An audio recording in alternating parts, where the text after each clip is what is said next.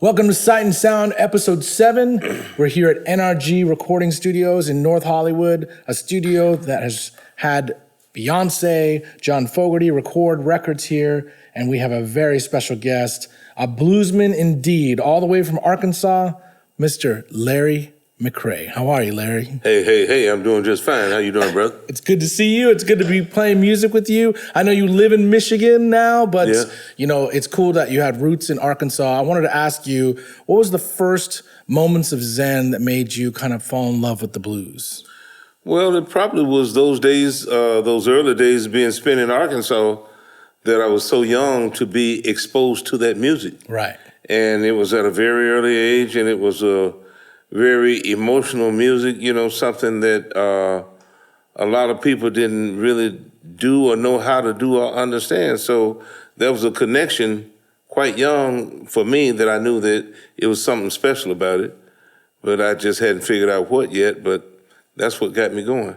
And did you kind of fall in love with Albert King first, or was it somebody before him that made you kind of point your life in the direction of making music? My older sister was my most direct effect, you know, that, you know, mentored me and tutored me to music. So, you know, I listened to her, and whatever her choices were, you know, then that's what I learned, you know, but she's the one who exposed me to Albert Collins, B.B., you know, Freddie and all that stuff. Then a lot of other stuff like Fred McDowell and Ferry Lewis and, you know, Sunnyland Slim, you know, just all the artists that were good that weren't necessarily popular.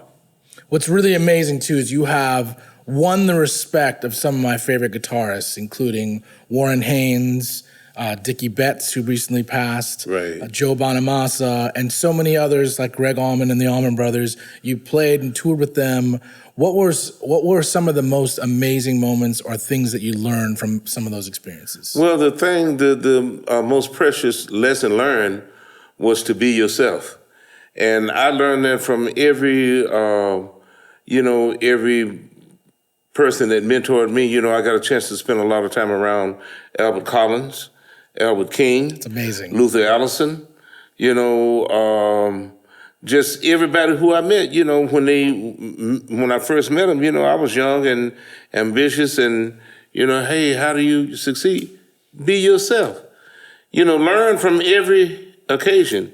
But nobody can be a better you than you. Yeah. And that's the thing that you have to learn to trust yourself and believe in what you do. If you don't believe in what you do, you don't have no business doing it in the first place. You know, it's amazing because you've been on tour with the Allman Revival Band. You just played the Fillmore last night. What are the things that keep you inspired as a player, a songwriter, and a musician? The fact that I've become the age that I have now and still have an opportunity. Right. You know, I'm beginning to be the senior musician in my circles. And before, I was always the punk. You know, I was always the youngest one and the gopher and go get this boy and boy do this and that. And, you know, 35, 40 years later, you're not a boy no more and you find yourself becoming that old man. Right. And that's it's not scary, but it's the hardest thing to accept when you see yourself start to diminish and your physical skills and attributes start to change. That's when you know that, you know, time is precious. Well, but one of the coolest things that I had the experience with you, I first met you at the Wiltern when you first were touring with the Allman Revival Band, and you were so humble and so cool when we first met.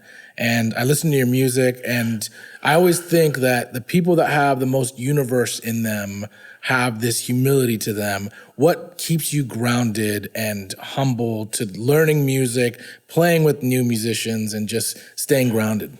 I get a chance to get around and see a lot of music.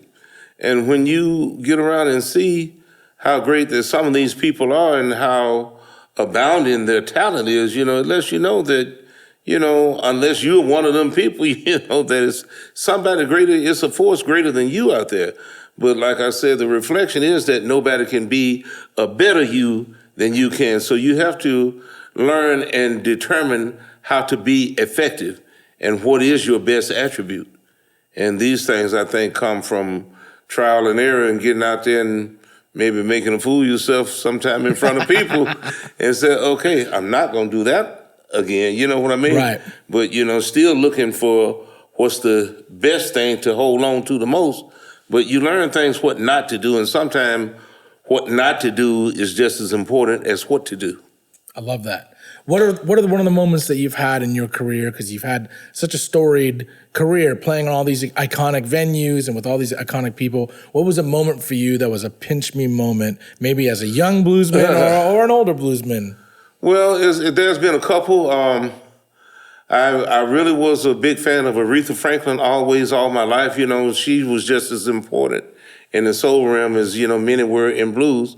And I got invited to one of her dress rehearsals once in Chicago. Wow. And so that was one of those moments, to get invited to sit down at the Queen's table, you know what I'm saying?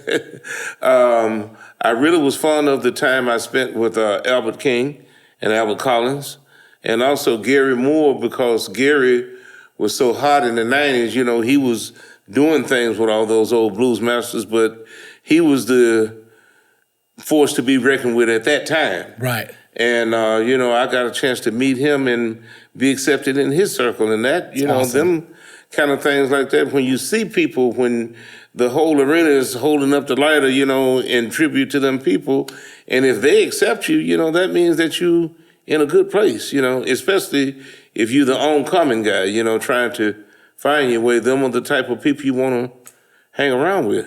Well, one of the most gracious things about you is not only have you been accepted by all these blues legends, but you've also been accepting of new artists like myself and so many other new cats. And I can't tell you what that means to a younger musician and just like this new generation of artists, because you stay humble and grounded and you inspire us with what you do. I really learned so much playing with you tonight. Well, the thing that we can look at is that, okay, I feel that I'm the generation after B.B. King. I'm the second generation because right. Luther and Albert and them guys was the first generation after him. Right. Then came them. Then came my generation. My generation was myself, Michael Burks, Sherman Robertson, it's Donald Kinsey, people like that, Ronnie Baker Brooks, which he's even a generation behind us. But what I'm saying, okay, I think that the second generation took the music to a higher bar. My generation come along, took it to a different place. After us come the generation of your Joe Bonamassas, your Josh Smiths, and all this thing, that really kind of stepped away from the bluesy element, but gave it a octane boost. Right. And the fact that the technician and the work was more precise and more intense, fast. Everything was fast and intense, opposed to what I have a 24-year-old son, and him and his boys, when they want to play something bluesy or, something that has that sound, they say, hey, man, let's go play some boomer bins. That's awesome.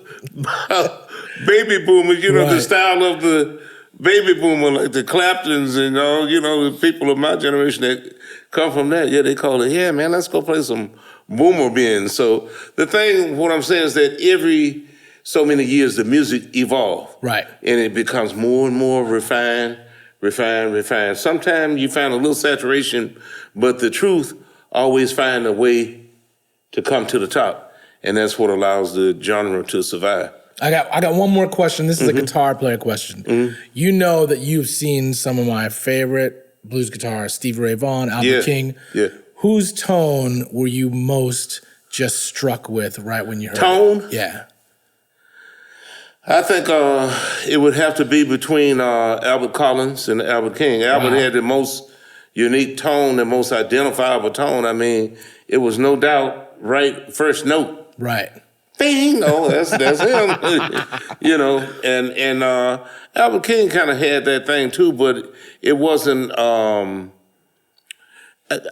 feel that the electric masters of my generation were Albert King, B.B. King, Freddie King, right, and Albert Collins. All the other electric players came after that. Yep. But, their styles were totally different. Freddie King was the freight train. Yep. He was the power. He was the crush him up and ball him up and stick him in your back pocket. Albert King was blue. Right. His guitar wept. Literal tear. Yeah. You know, it sounded like it was crying, you know, when Lucy did her thing, you know. So you had a freight train. You had somebody that was bluer than blue. Albert Collins was the razor. He sliced you up. I love that. And B.B. King was the elegance. Right. The refined, he gave blues music class and, distinguished it from always being a working class thing. He elevated the, presence of blues music in society. I met B.B. King one time at the House of Blues, and he gave me a pick, and I said, I really love blues music. And he said, you're a young bluesman, kid. And he handed me a guitar pick, and I just was like so enamored with blues music from that point on, because there's a sense of family and community in the genre of music that you don't see in a lot of genres of music, especially these days. So we just lost Carl Weathersby, too. That was a bad thing. Carl Weathersby, Lucky Peterson, Chico Banks. Right. Them are all people that I used to chum with. I mean, them guys all right out of my generation pool, and to see them, Don McKenzie. Right. Don McKenzie was the first national blues act that I got a chance to open the show for, like in 1981, stuff like that. And to see them people gone, and like I said, to see me standing now where they were standing for me, it's a full circle thing. Right. And my biggest regret is that I didn't get more opportunity when I was younger and really physically fit to handle it. The road is something that, everybody can't endure. It's a beast. It's a beast. It's a beast. But you're still doing it. You did it on no sleep, and you came and jammed and I'm like crazy today. I'm 40 years in. Right. You know what I'm saying? And that's a long time to tote the bill. Well, we're so thankful that you are around, that you are as vibrant as you are. You shared your just ingenious, creative musical talents with us. It was such a pleasure to play music with you. Thanks for being a guest on Sight and Sound. Thank you. Thank you for having me. We'll be back with some more performances.